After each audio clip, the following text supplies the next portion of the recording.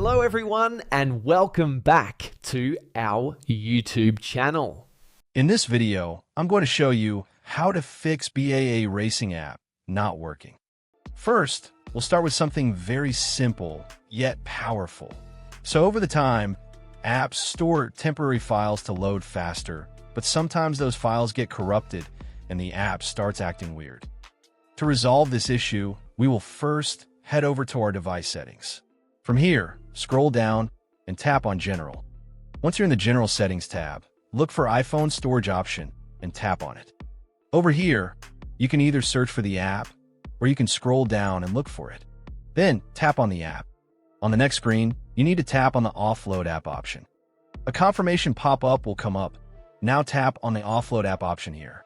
It'll take a bit for processing, and then a reinstall button will show up. Simply tap on it to reinstall the app. This should resolve the issue, but if it doesn't, then you need to check if the app is running an older version. Head over to App Store. From here, double tap on this search icon in the bottom right corner, and then search for the app.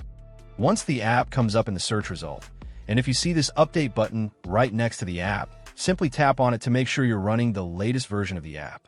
However, if you continue to encounter this issue, then you will need to completely reinstall the app, which usually resolves the problem. Head over to this screen the way we did before. And over here, tap on the Delete App option here to uninstall the app from your device. A confirmation pop-up will come up. Now tap on the Delete option here.